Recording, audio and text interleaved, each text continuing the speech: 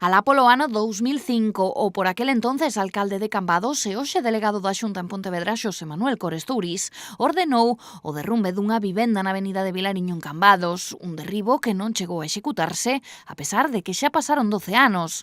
Rodrigo Martínez, veciño desta edificación, denunciou o xulgado contencioso do administrativo en Pontevedra esta situación que lle dou a razón e ordena ao Concello que execute a demolición ditada hai xa máis dunha década.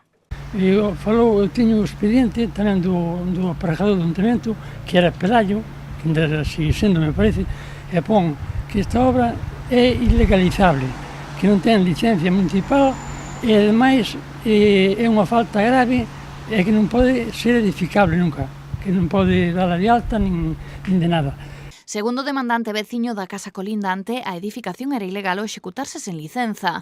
Ademais, abríronse ventas e portas a unha servidume de pasos sen retrancrear a construción. A fachada da casa ten ventanas, ten portas, ventanas e todo iso que iso non pode pasar nunha servidumbre.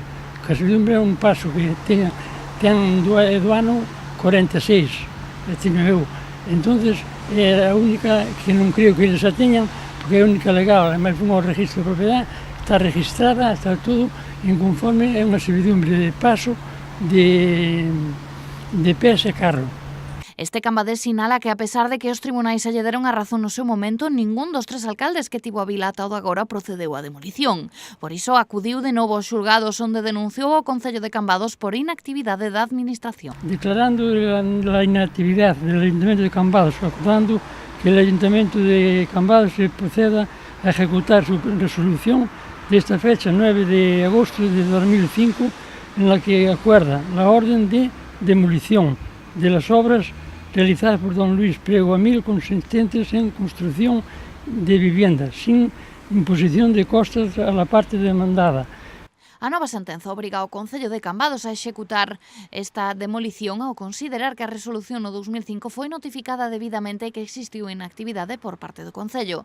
Os demandados alegaron que os feitos xa prescribiron, pero a maxistrada sinala que iso non é así, pois a prescrición deste caso faríase efectiva aos 15 anos.